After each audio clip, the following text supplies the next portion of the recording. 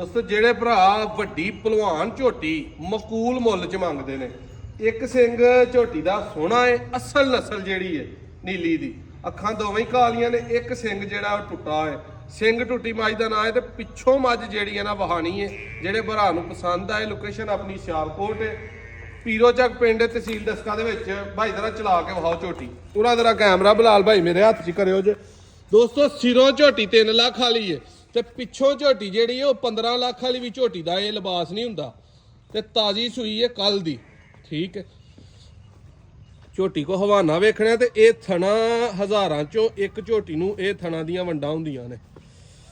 ਇਧਰੋਂ ਸੋਹਣ ਵੇਖਣਾ, ਹੁਸਨ ਵੇਖਣਾ, ਥੱਲੇ ਧੁੰਨੀ ਕੌਲੀ ਵੇਖਣੀ ਹੈ, ਬਿਲਕੁਲ ਕਿਸੇ ਤਰ੍ਹਾਂ ਦੀ ਕੋਈ ਚੀਜ਼ ਮੌਜੂਦ ਨਹੀਂ।